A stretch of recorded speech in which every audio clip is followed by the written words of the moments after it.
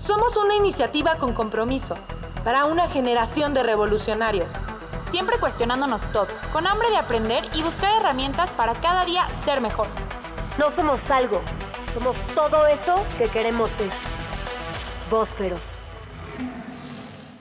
¿Qué onda? ¿Cómo están? Yo soy Fer Altúzar y esto es Bósferos.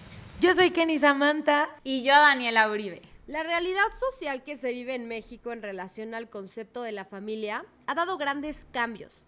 Hemos podido evolucionar generando nuevos tipos de familia, dentro de los cuales se encuentra la homoparental, la cual está compuesta por dos personas del mismo sexo. Bélgica fue el primer país en dar este gran paso en el 2006 y 4 años después México se unió. Pero ojo, no todos los estados de la República Mexicana. El día de hoy, y con motivo del Día del Padre, tenemos a dos invitados muy especiales.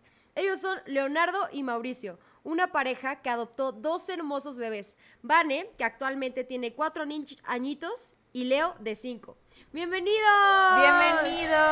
Yeah. Muchas gracias por invitarnos a participar con ustedes y a conocernos. Hola, qué gusto y pues siempre es muy bonito tener la oportunidad de poder platicar de nuestras familias y poder abrir un poco a la gente que conozca y permitir romper muchos tabús y muchos prejuicios que se tienen respecto a nuestras familias, que son un poco más complejas porque se integran por 2 papás y aparte está el componente de que somos familias adoptivas, entonces... Y yo no diría que son complejas, sino diferentes para la sociedad actual, ¿no? Correcto. Yo quiero iniciar hablando sobre cómo fue este proceso de querer tener hijos. Porque sabemos que hay muchas formas de serlo cuando, pues sí, tienes una pareja homoparental y una de ellas es la reproducción asistida, otra es la maternidad subrogada y otra es la adopción. ¿Analizaron estas 3? ¿Por qué se decidieron al final por adoptar? Fíjate que fue muy chistoso. Bueno, en primera, yo tenía totalmente bloqueada, yo soy Leonardo, perdón, yo tenía totalmente bloqueada la paternidad porque, pues, yo tengo 44 años y aunque no suenan tantos, la vida ha cambiado mucho a partir de los 2000 para acá y la cuestión de nuestros derechos también se ha avanzado bastante. Entonces, cuando conozco a Mau, él me dice que parte de su proyecto de vida era formar una familia y tener hijos. Entonces, eso para mí fue así como, ay, qué raro, ¿no? No, yo no lo tenía contemplado. Y le dije, la verdad, dándole un poco el avión, que yo también estaba abierto, ¿no? Que yo también estaba Confesiones. abierto al tema. Exacto, sí, la verdad, ¿para qué te voy a mentir? Y le dije, claro, lo podemos intentar y vemos el tema y hay que primero avanzar en lo que tenemos que avanzar juntos y luego lo vemos. Y luego ya como fuimos avanzando en la relación, pues se fue aprobando tanto el matrimonio como primero la sociedad de convivencia en la Ciudad de México, luego ya formalmente el matrimonio y con ello también la adopción. Y vimos que había una pareja que eran Felipe y Jaime, que pertenecían al medio del espectáculo, en el que fueron prácticamente de los primeros en adoptar como pareja en la Ciudad de México. Entonces ahí fue cuando realmente Mau me puso el tema sobre la mesa. Un poco como decía Leo, para mí en mi proceso de aceptación y de salir del closet, este tema de ser papá fue como muy complejo, muy pensado, porque justamente creo que el tema de salir del closet y la estructura anterior pues te hacía plantearte entre ser feliz y ser quien realmente eres y amar a quien realmente pues tu cuerpo sabe y decides amar, ¿no? Y poder tener una familia. Entonces creo que justo en todos estos avances que hubo, siendo un poco más joven y con este tema de cuando todavía eres chavo e idealista, pues estaba el rollo de, pues, ¿por qué tengo que sacrificar una cosa por otra, no? Y a mí me encantaría, y en ese momento no es que te pongas a pensar cuál es la forma más ideal de hacerla la más correcta jurídicamente, es nada más como la cosquillita que tienes como puberto que está descubriendo su sexualidad, pero como que también tienes un proyecto o cómo te ves de grande, ¿no? Un poco idealizado, si lo quieres decir, o como para algunos de los otros gays en la comunidad que no necesariamente quieren ser padres, pues más heteronormado o así, pero bueno. Independientemente de eso, yo estaba feliz, teníamos una relación estable que se estaba cimentando.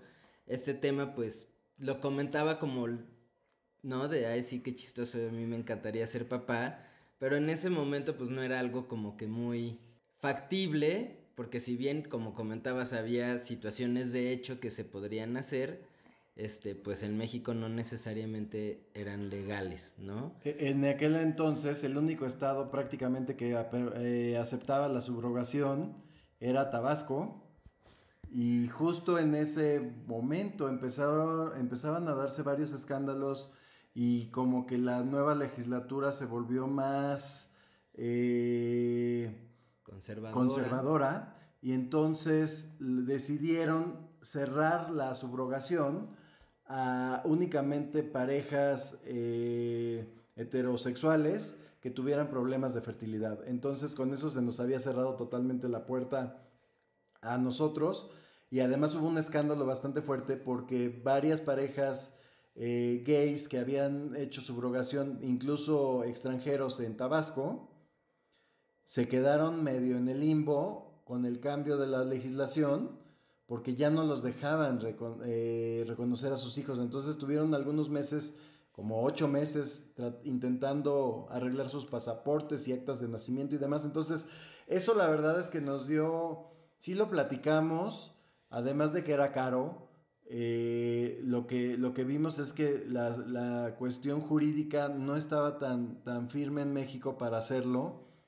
Y las cuestiones de hecho, pues definitivamente las descartábamos, ¿no? Porque siempre llegaba alguien y te decía, fíjate que en el pueblo de mi abuelita, ahí regalan niños y, ay, es súper fácil, ¿no? Y la verdad es que eso es fuertísimo, la verdad. Y no nos quisimos arriesgar porque en primera, pues somos 2 hombres, no hay forma de explicarle a la sociedad que de repente apareció un bebé, ¿no?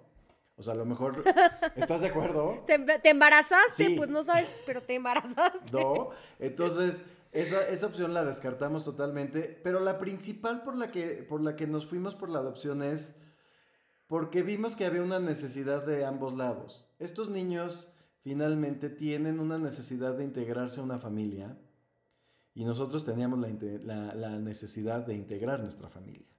Entonces, cuando lo ves desde ese punto de vista, es un ganar-ganar, porque ambas partes se dan todo para complementarse. Y eso es lo que yo creo que hace mágicas a nuestras familias, porque son niños muy deseados, pero también ellos obtienen papás pues de mucho amor. Entonces te complementas. Ay, me dan ganas de llorar, Leo. Sabemos que desde el 2010 la adopción homoparental fue permitida en México, pero realmente, ¿cómo fue ese proceso? ¿Ustedes cómo vivieron el proceso de adopción? O sea, en realidad, en la Ciudad de México, o sea, veamos que todos los temas están relacionados. O sea, la adopción en su momento estaba relacionada a la posibilidad de adoptar como una pareja a las personas que estaban casadas. En ese sentido, cuando se aprueba el matrimonio civil gay, lo que se logra indirectamente es la posibilidad de adoptar como pareja.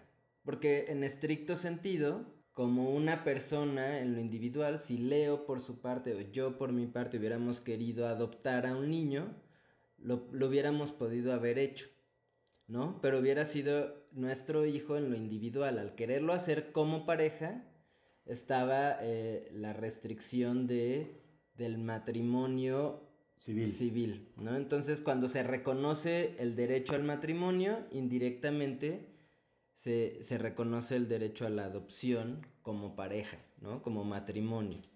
Ahora bien, nuestra experiencia pues fue muy variada porque aunque hubo solo 2 años entre un proceso y otro, hubo un cambio en la ley entre uno y otro.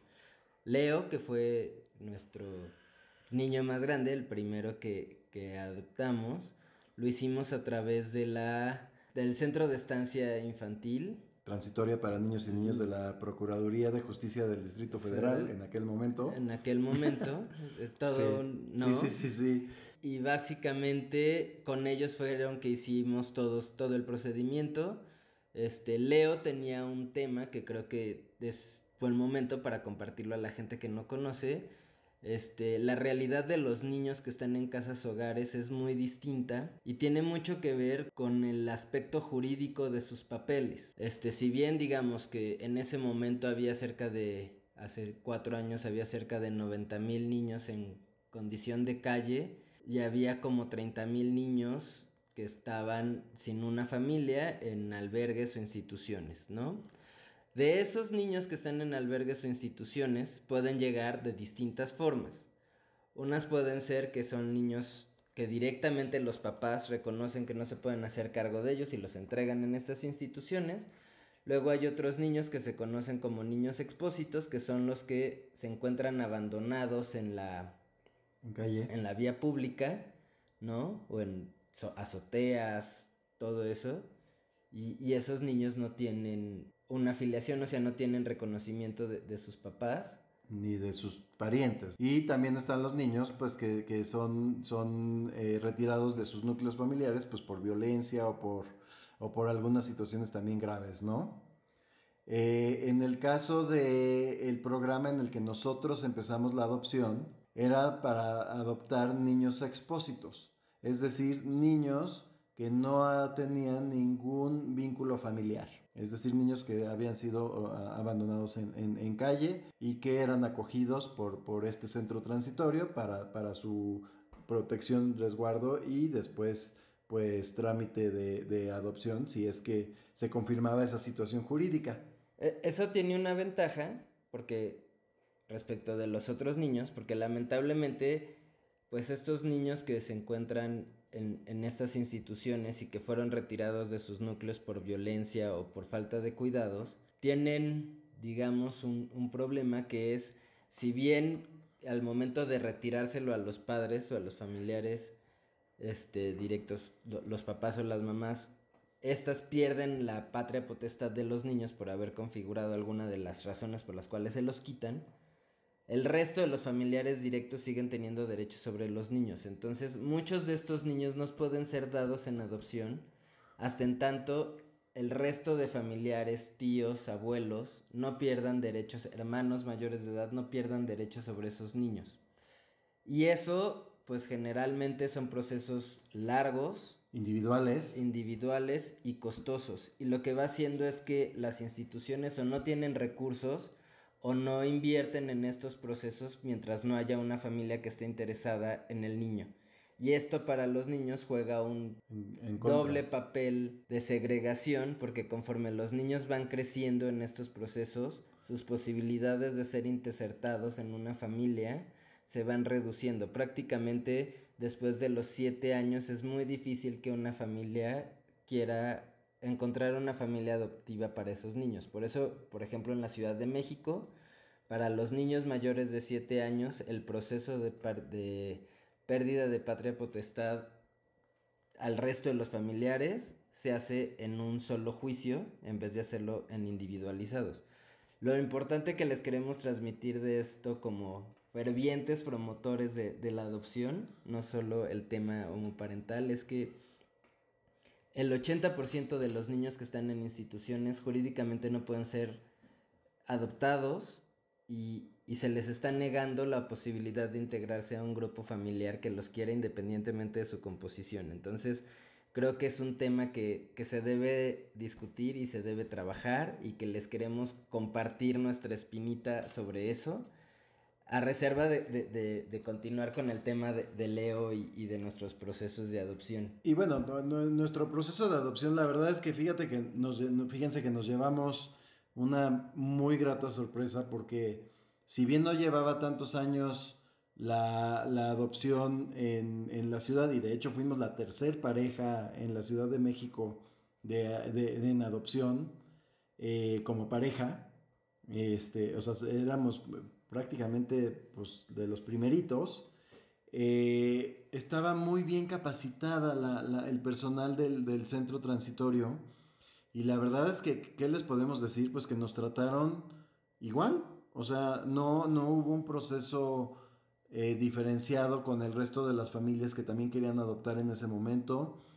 Fue un proceso, les podemos decir que es un proceso muy invasivo, es muy, muy fuerte en el tema de que te conocen más estas instituciones que tus propias familias, porque son estudios muy profundos en el que no solo son baterías psicológicas, sino también son entrevistas, en el que además, si ven que algo no está siendo coherente de lo que dice uno y de lo que dice el otro, y que hay alguna contradicción, entonces te separan y te hacen entrevistas individuales, ¿no? Entonces, para ver realmente si estás diciendo la verdad o nada más estás fingiendo. Entonces, son ejercicios profundos, fueron fluidos. Te diría que el proceso de Leo fue muy rápido, en el sentido de que avanzó pronto la viabilidad de que cuando nos dijeron que podíamos ser padres adoptivos, pues fue un año del proceso.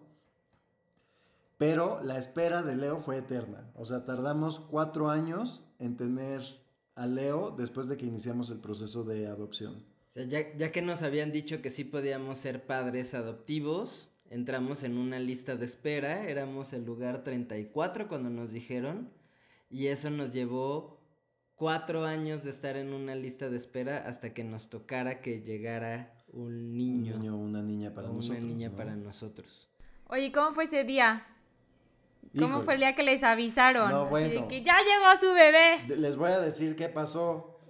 Nos avisaron, o sea, te avisan como una semana antes que ya va a sesionar el consejo, porque ya tiene un niño para ser asignado a nosotros, y que esperan, así te hablan y te dicen, mira, sin que te emociones y sin que brinques todavía y no des nada por sentado, porque la última palabra la tiene este consejo, va a sesionar en tal fecha.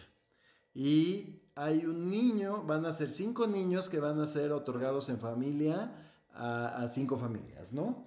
Entonces, aquí lo importante es que estén tranquilos, que no den por nada por un hecho, bla, bla, bla. Total que nosotros estábamos, ya, o sea, ya sabes, así de, ya vamos a ser papás. Todo lo que dijeron que Sí. no hicieran, lo hicieron. Exacto. Al Y momento fue de tal la colgar, emoción ¿no? de Mao. Sí. No, y es complicado porque veamos como que la parte distinta. Cuando una persona, una mamá está esperando, pues viene todo este rollo de que te vas preparando, tienes una fecha cierta, al final sabes que a reserva de que algún tema de que vaya a Aquí ser... es espontáneo. Claro. Exacto, de que vaya a ser prematuro o algo, pues ya sabes que va a nacer y va a ser chiquitito, y salvo a esos que no quieren saber el sexo, pues ya sabes si es niña o mujer. Acá no, o sea, estás así como en un tema de ya quiero, pero no puedo, como de caballito a punto de salir a correr. Y bueno, ¿por qué no? Al señor de los nervios le dio apendicitis. No,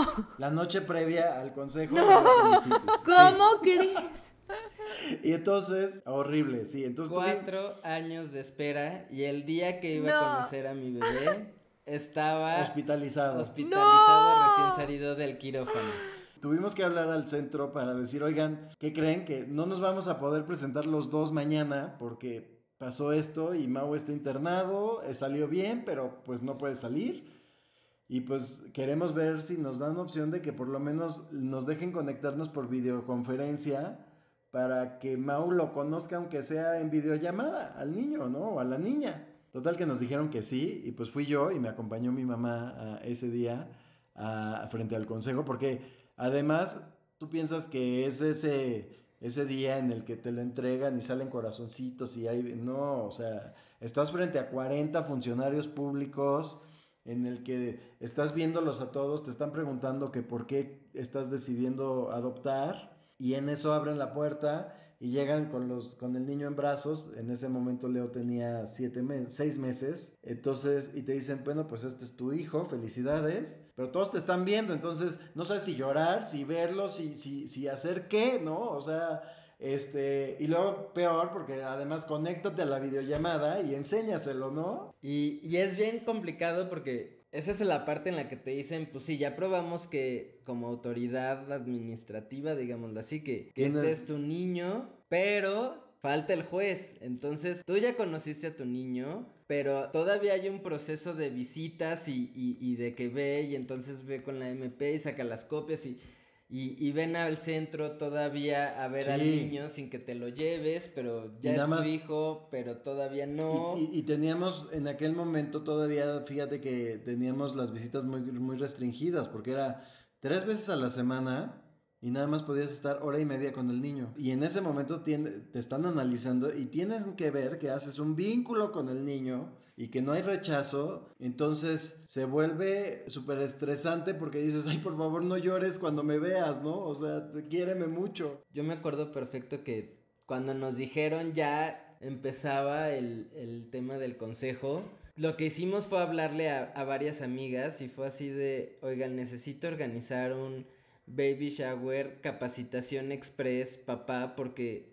en principio, pues normalmente, pues no es como que los hombres digamos, ya mi amigo ya tuvo a su bebé, vamos a ir a la casa a estar con el bebé y ayudarle, ¿no? O sea, como que tradicionalmente ese tipo de roles de cuidado y así, pues los llevan las mujeres. ¿Y cuáles fueron los retos más grandes que se enfrentaron ya cuando fueron desarrollando pues esta familia? Yo creo que el reto más grande es el darte cuenta que al final la sociedad te deja un poco solo. O sea, es decir, como decía Mau, entre mujeres se ayudan mucho y te acompaño a bañar a tu niño porque qué emoción ver que me encanta ver bañar a los niños. Como hombres, pues no, y además pues nadie te ofrece, o sea, como que en ese aspecto la sociedad es dura. Y como que dicen, quería ser papá, pues ahora...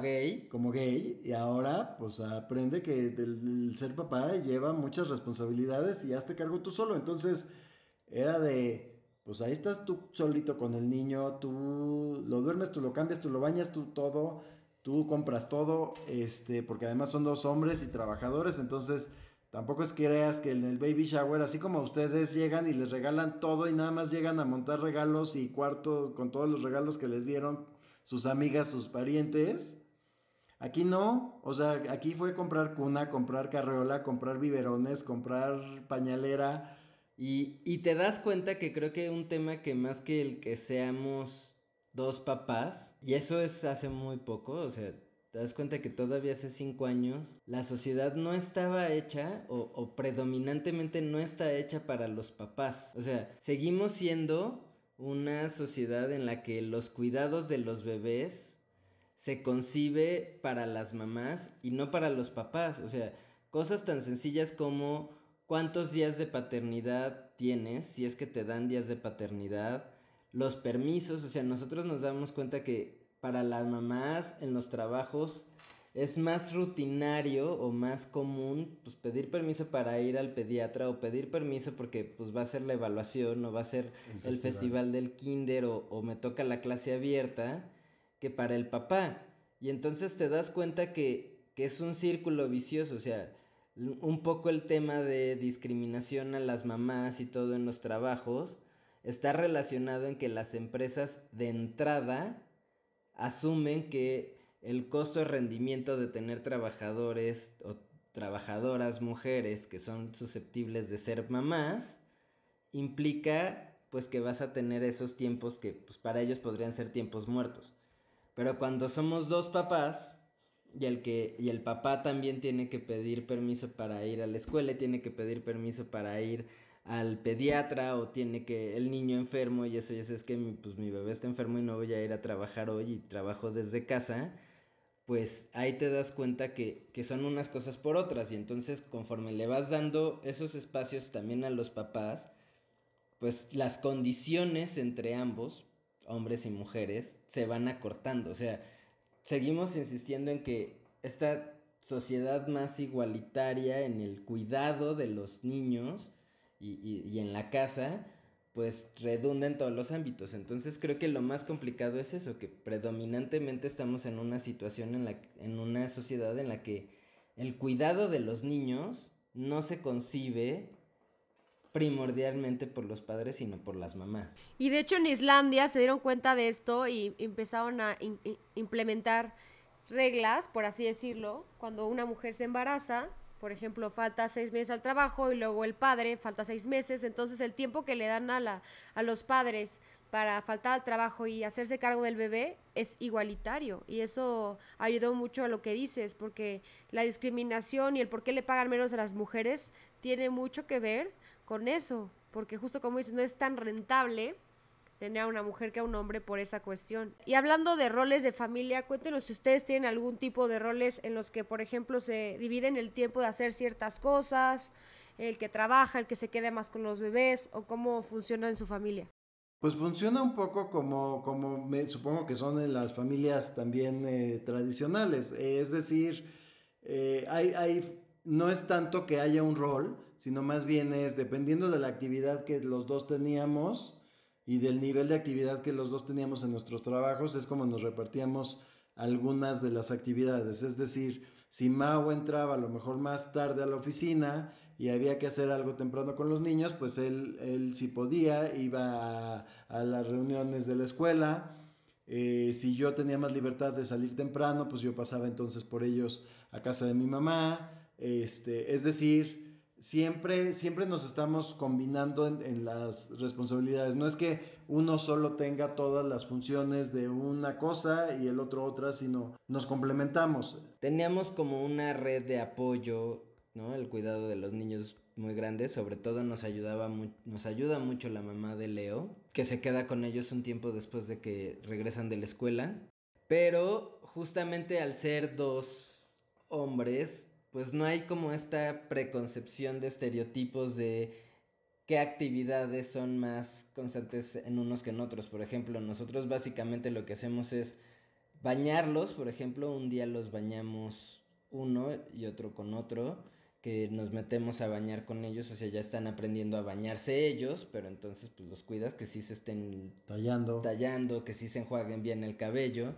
Pero por ejemplo, esa es una actividad que nos hemos dado cuenta que los papás no hacen. Muy rara vez los papás se meten a bañar con sus hijos. De nuestros conocidos de familias, ¿no? De una composición más tradicional, hemos visto que es muy poco común que los hombres bañen a los niños. O sea, como que es más común este rollo de que quien está desnudo, digamos, o no sé, con los niños, ya sea el niño, la niña, la mamá, y probablemente ya conforme vayan creciendo, pues, ¿no? Se va bañando ya entonces el niño con el papá y el niño con la mamá, ¿no? Pero por lo general de chiquitos, pues es poco visto que sean los papás quien bañen a los niños, por ejemplo. Igual el cambio de los pañales. Hay muchos papás que normalmente eso sí no les gusta mucho. Y eso se refleja mucho, que a nosotros nos costó mucho trabajo en, por ejemplo, los baños en restaurantes o en lugares públicos no estaban en gran medida acondicionados para que los papás puedan cambiar a los niños. O sea, terminabas entre la orillita del lavabo o casi en la tapa del excusado haciendo malabares, o en otros lugares pues de plano te tenías que salir al centro comercial o pedías que te cerraran el baño de mujeres porque ahí está el cambiador. Y es horrible. Oye, a mí sí me pasaba eso. Yo tengo mi papá, mis papás están divorciados, entonces cuando yo me iba con mi papá de chiquita, íbamos a un restaurante y pues generalmente ibas al baño acompañada, ¿no? De tu mamá. Y mi papá de verdad, no sé qué le pasaba, pero se metía al baño de mujeres a acompañarme, o sea, de que, a ver, entra tú, ve si no hay nadie y yo entro. Y yo, bueno, ok. O si no, le pedía a alguien, así, se ponía y dices, ¿quieres ir al baño? Y yo, sí, dame 5 minutos. Y se ponía a ver quién le daba confianza. Y entonces se paraba y le pedía, ay, hola, oye, es que mi hija quiere hacer pipí, ¿la puedes acompañar al baño? Bien lindo. Ay, qué ternura, pues sí. Así, y así ya estamos con Vane, porque además resulta que la niña ya se dio cuenta de que entra al baño de niños y de repente ya te dice ¿por qué me metes al baño de niños si quiero entrar al de niñas? Por ejemplo, ese es un tema que nosotros no caímos en cuenta hasta que ya tuvimos al niño. Por ejemplo, el primer proceso nosotros queríamos niña porque traíamos todo este rollo preconcebido de, pues las niñas son más apegadas a la familia, entonces pues va a estar más contigo, bla, bla. Y la vida nos dio a Leo, ¿no? Que fue un niño y dijimos, perfecto, o sea, lo que la vida nos mande, eso va a ser.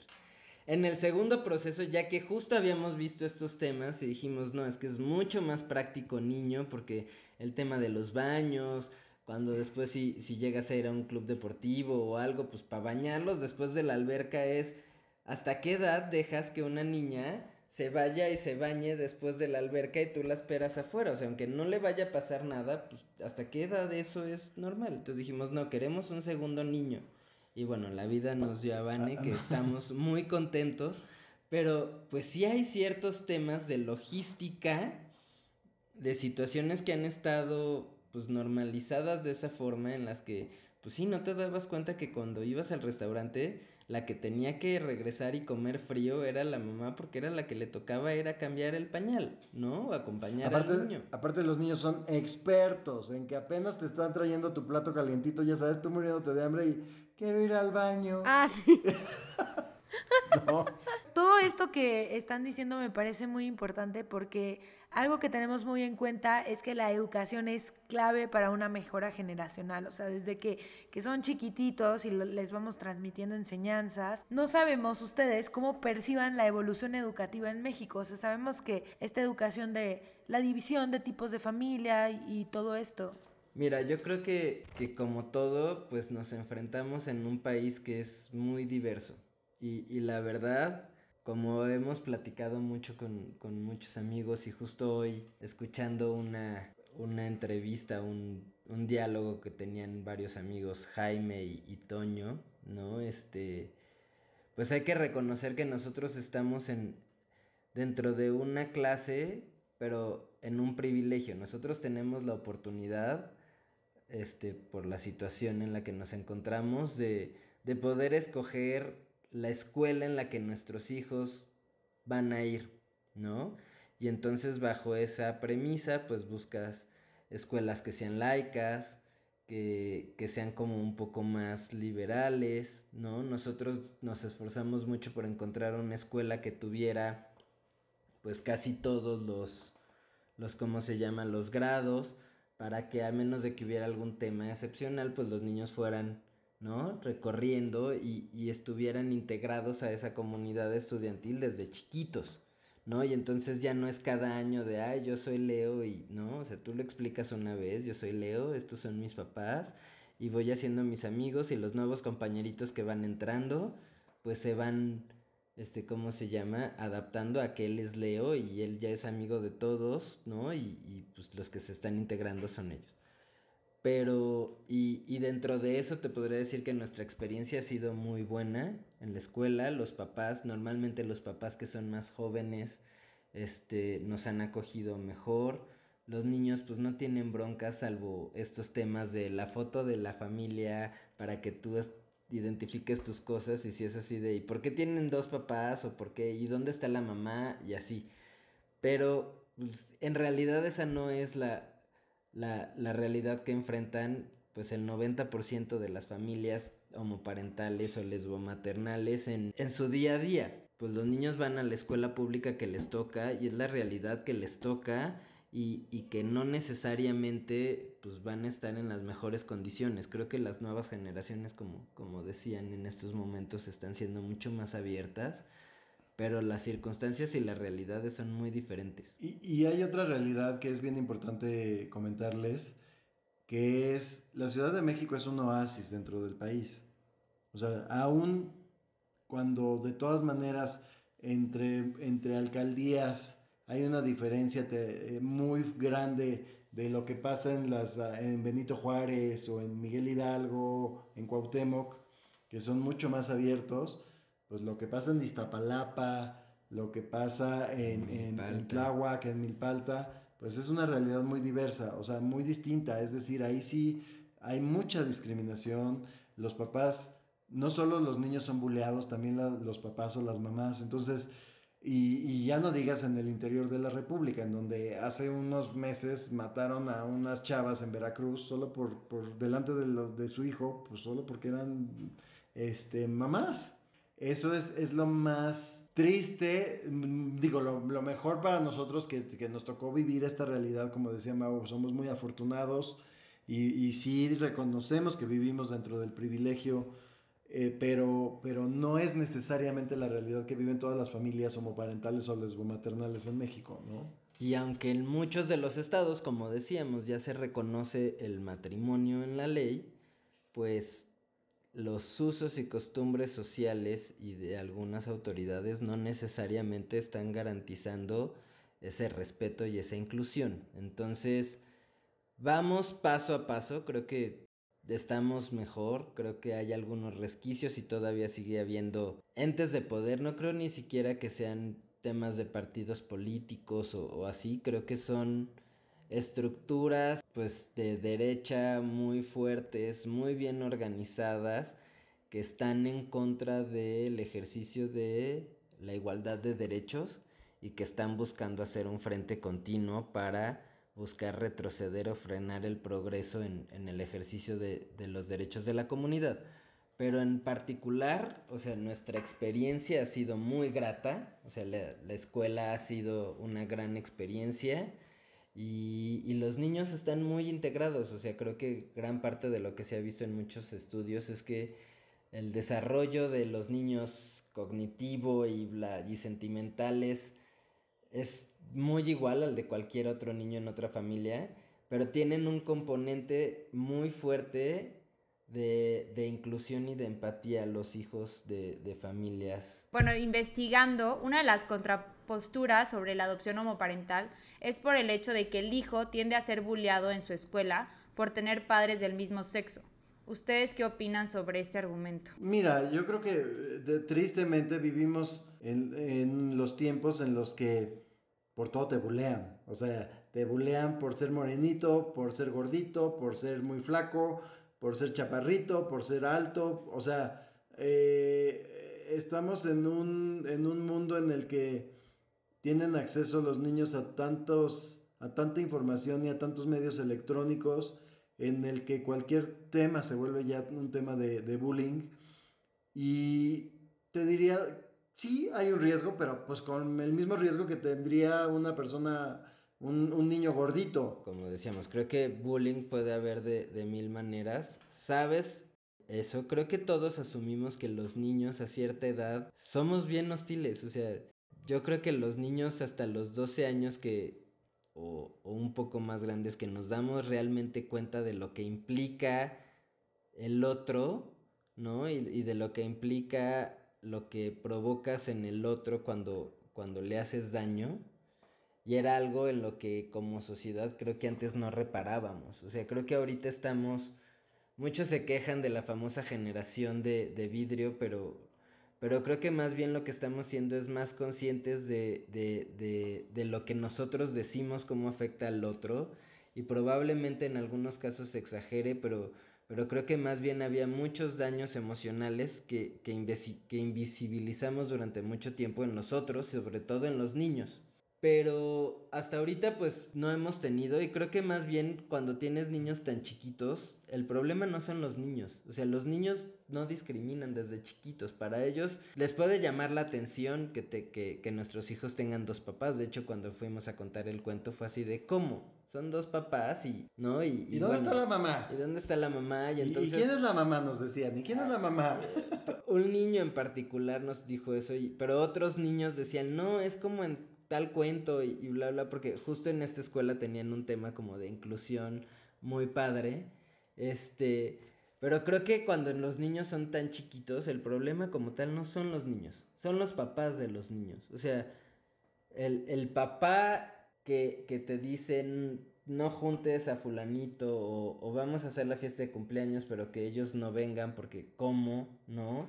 O por ejemplo, nuestro miedo que era muy grande era cuando decíamos si queríamos niño o niña, era pues con una niña es más fácil que la dejen venir a jugar a nuestra casa sabiendo que somos dos gays, porque pues no, el niño pues no, es que van a querer abusar de él. ¡Ay, ¿no? qué tontería! Eso yo creo que también es mucha ignorancia en el tema. Pero para nosotros En era fin. un miedo real, el decir, pues cuando Leo tenga 12 años y vaya a querer hacer su fiesta de cumpleaños, pues qué tanto van a decir algunos papás, no, a casa de ellos no vayas porque no le vayan a querer hacer algo a mi hijo, o sea, puede llamar la atención, pero hay muchísimos papás que así opinan, así Sí. como hay muchísimos papás, por ejemplo, otra cosa que se ha estado comentando últimamente es, pues justo eso, o sea, las familias o los niños que son gays, justamente la cuarentena lo que ha expuesto es eso, es el maltrato y el rechazo de las familias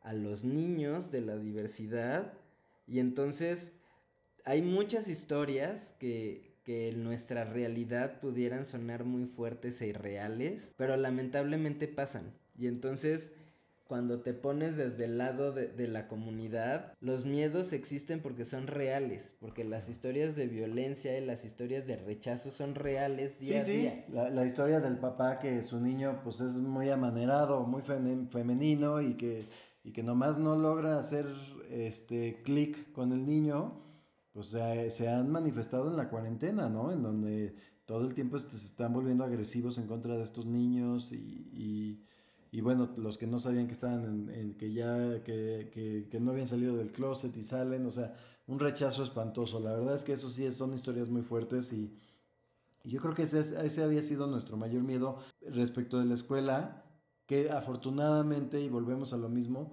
no hemos tenido porque fuimos muy selectivos en a dónde queríamos que nuestros niños estudiaran y eso nos ha permitido, pues sí, que estén en la escuela que tiene los valores y los principios que buscábamos, ¿no? ¿Cómo pueden dar por hecho que te va a dar miedo que tu hijo vaya si es gay? Es lo mismo si yo, o sea, a mí me gustan los hombres, entonces no van a dejar que niños chiquitos vayan a mi casa. O sea, yo creo que es igual y tener una mente así, yo creo que sí es mucha ignorancia y creo que el tener espacios como este, hablando del tema y como muchos de los tabúes que piensan que suceden, como el bullying, como la escuela, creo que pueden cambiar porque no podemos generalizar, cada quien va a cambiar dependiendo de su contexto, de la manera en la que lo educan, de la familia, de las personas.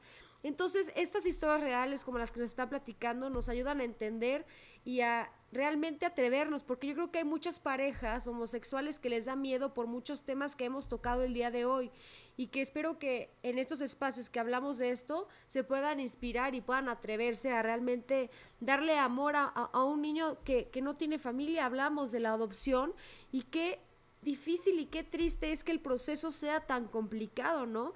30,000 niños en estado de calle que no tienen familia, se me hace muchísimo. Y qué feo que empiecen a poner como tantas trabas. Yo sé que no es cualquier cosa esa adopción de un bebé, pero creo que sí tendríamos que pensar también en el proceso jurídico, en qué manera podremos hacerlo más ágil y que siga siendo igual de eficaz. Correcto, coincido totalmente contigo, o sea, y de hecho eso, reformaron la ley y cuando el proceso de Bane, te podría decir que en teoría era mucho más rápido que el de Leo, porque la ley cambió y lo que buscaba era que los niños ya no estuvieran tanto en albergues, sino que estén en acogimiento en las familias, en lo que realmente se dan los procesos de adopción. Y ahí lo que nos dimos cuenta es que si bien cambió, se volvió mucho más burocrática el proceso de adopción de Vane que el de Leo. ¿Por qué? Porque, por ejemplo, con Leo tú podías contratar a tu abogado para que te llevara todo el proceso y entonces, pues tu abogado se movía pues conforme a su interés, que era pues rápido, ¿no? Y con Vane ya el patrocinio únicamente lo tiene el DIF para llevar a cabo los procesos de adopción y no te permiten ayuda externa de apoyo externo de ningún abogado. Entonces tienen tanta carga de trabajo que se vuelve una pesadilla el proceso legal, en el sentido de que nomás no puede, en muchos casos no avanzan, pues porque están saturados los 4 abogados o 5 abogados que llevan, ¿qué te gusta? 500 adopciones. Y sobre todo, creo que es un poco recapitular, o sea, la diferencia cuando fue entre Vane y Leo, el cambio de estructura creo que en principio podía tener sentido, que era volver a tener un control de lo que pasaba con las adopciones desde el Estado a través del DIF, y que todo tiene que pasar a través del DIF. Y justamente creo que fue después del tema de Mama Rosa no sé si fue en Guanajuato o Michoacán, ¿no? De que se dieron cuenta que en estas instituciones de cuidados hubo temas de violaciones, maltrato de niños, explotación. Entonces un poco la tendencia fue: evita que los niños estén en estas instituciones, y mientras se dan todos estos procesos que les contábamos de legales para que los niños puedan ser legalmente adoptados, en vez de que el niño esté teniendo el proceso de pérdida de patria potestad dentro de la casa o la institución, pues dáselo a la familia que lo quiere adoptar en una figura de acogimiento que es como el foster, ¿no? Gringo. Eso pues te permite tener al niño más pronto, pero no necesariamente pues ya es tu hijo legalmente, ¿no? Entonces enfrentas otro tipo de complicaciones. Y riesgos legales. Y riesgos diversos, sobre todo porque estas cargas administrativas y esta necesidad de sacar a los niños de las instituciones, pues no todos los procesos fueron necesariamente los más adecuados. Creo que ahora están teniendo un poco más de cautela en eso, pero bueno, el principio un poco es buscar que los niños ya no estén en estas instituciones, sino tratar de buscar que estén... Pero volviendo al tema un poco de lo que decías, Fer, yo creo que sí, definitivamente debería de buscarse la manera en que sean más expeditos, igual de efectivos, pero mucho más ágiles, porque y romper tabús, porque no solo hay un tema o hay tabús respecto de la adopción o de la paternidad homoparental o lesbomaternal, sino en sí la adopción trae muchos tabús en México, ¿no? Y mucha discriminación. Todavía se te hace muy chistoso decir, ay, es que mi hermano es el adoptado, ¿no? Como algo negativo. Y dices, ¿y por qué tiene que ser algo negativo? O sea, cuando todas las historias de las familias que hemos visto en nuestros procesos legales son historias de amor, o sea, no solo las de parejas del mismo sexo, o sea, en general la familia que busca un niño en adopción es porque en verdad lo desea. Claro, y me da muchísimo gusto escuchar que los trataron de la misma manera. O sea, que realmente no fue como un issue el que eran del mismo sexo, sino era una familia que quiere adoptar, punto. Dos personas que quieren un bebé y darle muchísimo amor, y eso a mí me da muchísima paz, porque igual y podría pensar que no, que fueron un poquito más de trabas y... A mí me da muchísimo gusto escuchar historias la verdad a mí me da muchísimo gusto escuchar historias de casos como el de ustedes, en el que aunque fue tardado, se logró el objetivo de pues poder formar una familia. Qué bonito escuchar esta historia literalmente de éxito, y como dicen, espero que puedan lograr inspirar a muchas personas,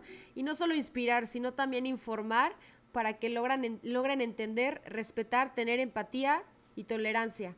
Y muchísimas gracias. Sí, y pues bueno, yo de mi parte también agradecerles. Creo que estos espacios para visibilizar nuestras familias y en temas de adopción y así, en todos los espacios, creo que en todos los espacios y en todos los momentos, seas o no activista o seas o no con una agenda, creo que justo el tema de dar a conocer nuestra realidad siempre aporta a tratar. O sea, si alguno de las personas que escucha el podcast, con que uno cambie su perspectiva de lo que era, ¿no? La adopción, ya ganamos todos para hacer una sociedad más incluyente. ¿Cuáles son sus redes sociales para que también puedan seguirlos? Y no sé, igual y si tienen preguntas, igual y es una familia que quiere adoptar, entonces creo que pueden contactarlos, ¿no?